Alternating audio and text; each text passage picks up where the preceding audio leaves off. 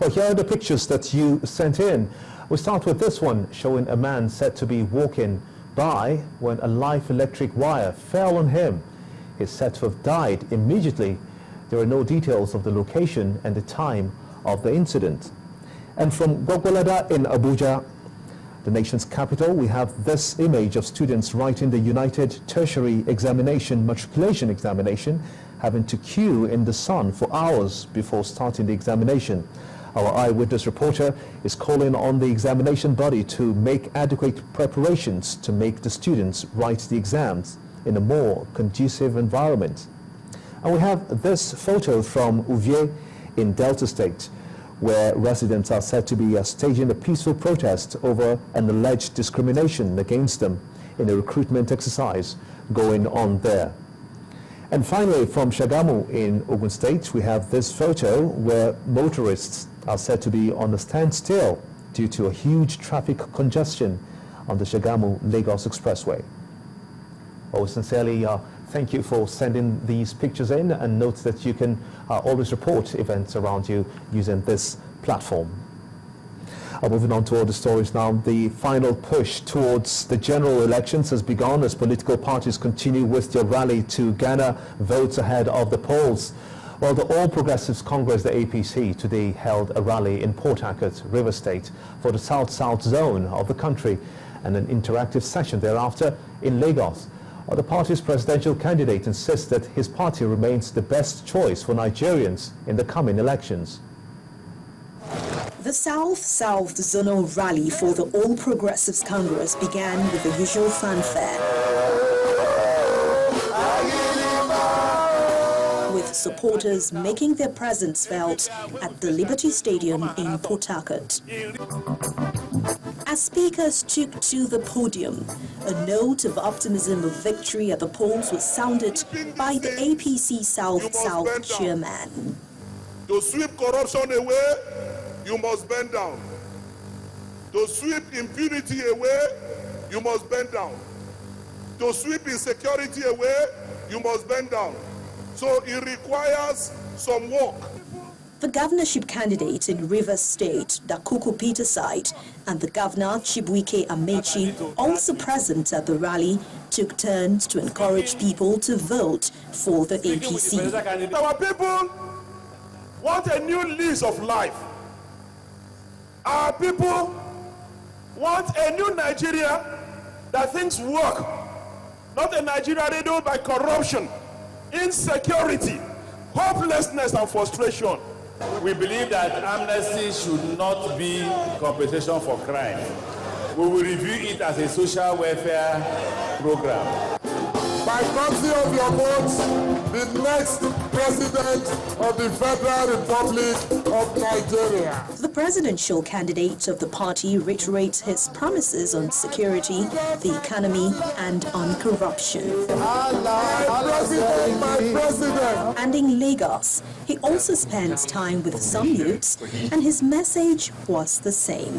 For the last 16 years, I want you to try and reflect what was the condition of Nigeria was the PDP assumed power in the last 16 years, in terms of security, in terms of employment, therefore in terms of national cohesion.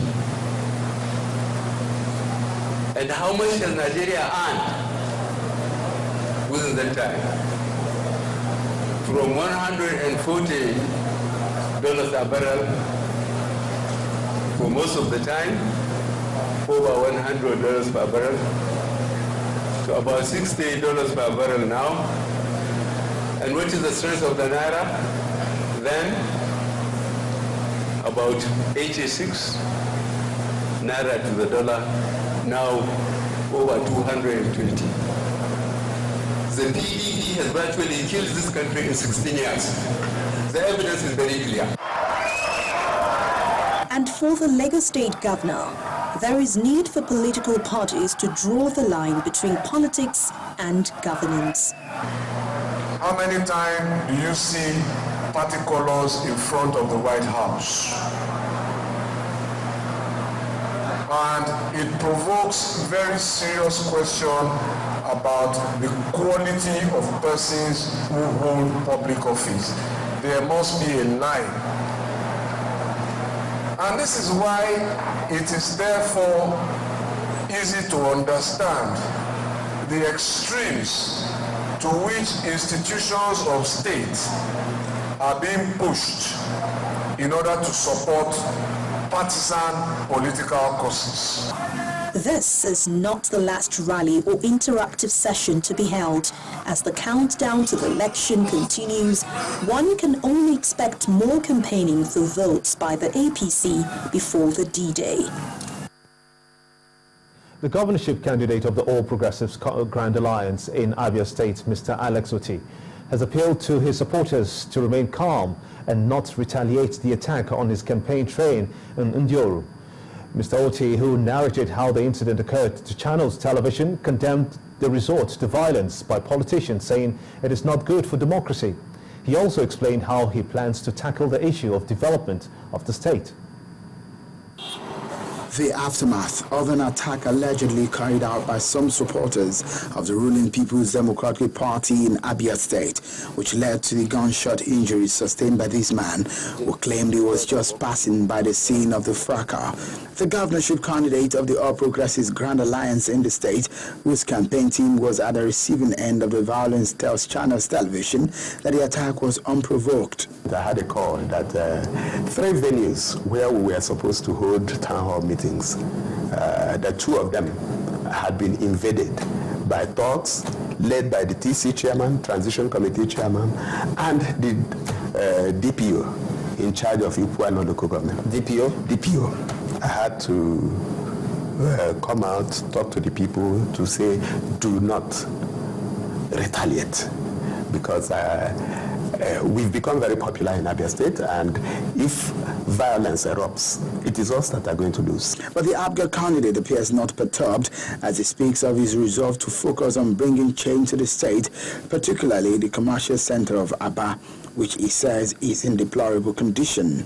If you take a tour to Abia State, you agree with me that the place can be a whole lot better. The place is filthy. If you go to Aba, for instance, and if you knew Aba before now, it has gone down. And when you juxtapose that against the potentials of Aba that we know, the people are very creative, very hardworking, can make virtually everything out of nothing. And I believe at this point, it's become very, very critical for us to begin to look at the direction of the private sector. If you've done it in the private sector, then the chances that you will fail in the public sector are very slim. Mr. Oti is optimistic that given his private sector experience and the support of his people, change is coming to Abia State. Now, the Young Democratic Party may have won its case against the Independent National Electoral Commission on the issue of its registration, but appears it does have a case to answer, though. A federal high court in Abuja has threatened to charge the YDP with contempt of court for misinforming the public on its ruling in the case against the electoral umpire. The YDP had asked INEC to reprint ballot papers to include it in the elections, but the court insists that it only ruled on the registration of the YDP as a political party and to be issued with a certificate. Now, the registered trustees of the Synagogue Church of All Nations, Cohen, alongside its founder, Prophet Pt.2 Joshua, have informed the Lagos State Coroner Court sitting in Ikeja that they had filed a notice of appeal at the Lagos Division of the Court of Appeal against the judgment of Justice Latifa Okunu of the Lagos High Court sitting in Ikeja. A counsel to the Synagogue Church, Seun Abimbola, revealed this while reacting to a request by the Chief Magistrate, Oyetade Komolafe, that the council should pick a date that the prophet would appear before the coroner. Justice Okunu had thrown out an application instituted by the church alongside its founder, which had prayed the court to stop the ongoing coroner's inquest into the collapsed guest house belonging to the church. Now, the judge's reason for the dismissal was that the said application was premature and lacked merit. Justice Okunu declared that although the coroner's court cannot be sued, Chief Magistrate Komolafe himself could be sued in his capacity as a coroner. While the judge stated further that the court needed to resolve the issue as to whether the coroner was acted contrary to the rules of natural justice by not granting the applicant a fair hearing and whether he has exceeded the scope of a coroner's court. Justice Okunu explained that Section 26 and 27 of the Coroner's System Law of Lagos State 2007 empowered the coroner to summon any witness to assist him in his fact-finding mission, adding that there was nothing unusual in the summons extended to Prophet Joshua. The Oyo State Police Command has uncovered a kidnapper's den in a village on the outskirts of Ibadan. A 78-year-old man was rescued while 7 people have been arrested via the raid. The State Police Commissioner Muhammad Katsina said that the arrest occurred after a gun battle between the kidnappers and the police. From this main junction at Egbeda, the drive to Ajia village was a bumpy one for about 25 minutes, putting everyone on edge before arrival at this destination. This is the kidnapper's den in the dense forest of Ajia, and from the look of things has been in existence for many decades. It also looks like a place where ritual activity could have festered for long. The kidnapping of 78-year-old Pa Adebowale Omotosho and the greed of the kidnappers led the police to this gruesome discovery. Of the 7 suspects arrested, this 33-year-old woman is the organizer. She has been living as a dupe and a kidnapper for about 4 years and has peddled her inhuman trade in Lagos, Port Harcourt, Ibadan, and other parts of the country. The police commissioner, Mohammed Katsina, disclosed that the woman has been on the wanted list of the police in Port Harcourt for some time now, before her capture in the outskirts of Ibadan. We engaged the hoodlums in a very definite shootout. As a result of our resilience and continued onslaught, the hoodlum, or I mean the defense line of the hoodlum, was weakened. As a result, they all run helter-skelter with remarkable degree of bullet leaving behind their victim in this hole. We were able to survive 7 of them, while 2 of them escaped. We will never rest until the entire structure is not only immobilized, but those found behind this deadly act are also identified and dealt with according to the law. The lucky victim, Pa Omotosho, said that he was taken from his house after heavily armed men had shot sporadically into the air.